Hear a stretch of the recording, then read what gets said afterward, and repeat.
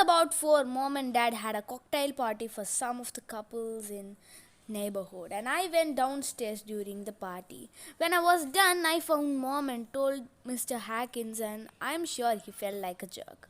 So I'm not about to knock on the door of some guy I rattled out when I was preschool, ask him for money either. Today I realized there is just too much history between me and the people in my neighborhood. So I decided to go one street over the Prentice Lane and start afresh.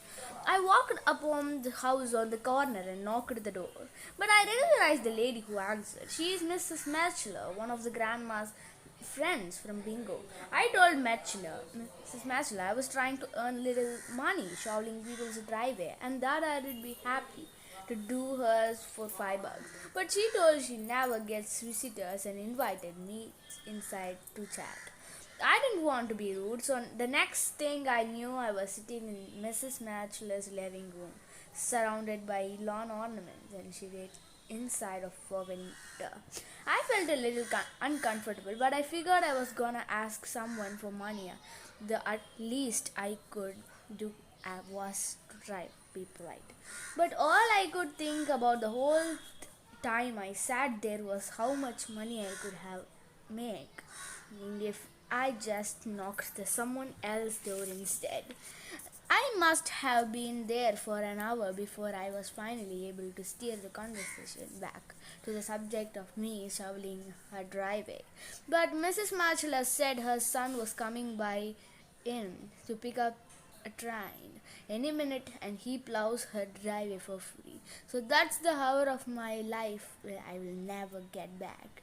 I headed back to the Prentice Street and started knocking on doors. I guess most people were at work, so it took me a while to make someone who was actually home. I finally got lucky when a guy who looked like he just opened up came to the door. I told him I'd shovel his driveway for $5 and he said it was a deal.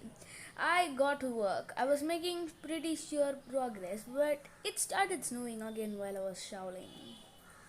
By the time I finished, I had snow so much that you could barely tell you'd done any work. So I rang the doorbell and asked the guy he wanted to shovel his driveway again for another $5. But he didn't go for it. And to make things worse, the guy said he was not gonna pay me first $5 until his driveway was clear like he did promise. See this, why did I get idea to have contract before you start working for someone? I got back and there started shoveling, but so much snow was falling and I was getting nowhere. And I had an idea. Grandma's house was the only few streets away and I remembered that she keeps her lawnmower in garage. So I walked over to her place and pushed the mower back to the driveway I was working on. I thought the snowy moving idea was genius, but I did not believe no one had ever thought of it before. Unfortunately, I didn't go so smoothly as I hoped it would be. I thought the snow would shoot out of sight, but the blade cut right through it and snow stayed where it was. So eventually the mower started making funny sounds and then suddenly it stopped. So I guess those things are not really built for cold weathers. I put the mower to grandma's and put it back in her garage. Hopefully it will thaw out before the summer rolls around. I still had a guy's driveway to deal with, but now the snow was really coming down and there was no way I was gonna spend the rest of my day working off for $5. I needed a quick solution so I could move on. I could see that his garden hose was attached to the house, so I turned it on, but the nozzle to the shower getting sprayed down. The snow is dry.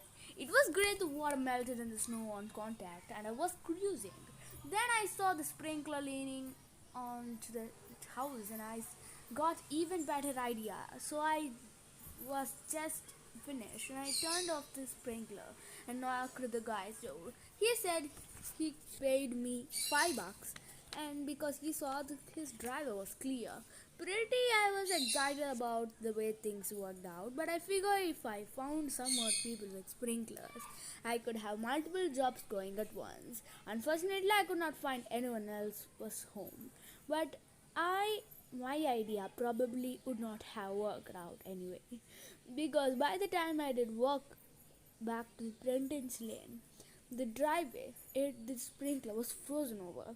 When Dad got home, we had to go out and buy 5 big bags of rock salt to melt the guy's driveway. So now instead of having money in my pocket for all my hard work, my 20 bucks in the hole.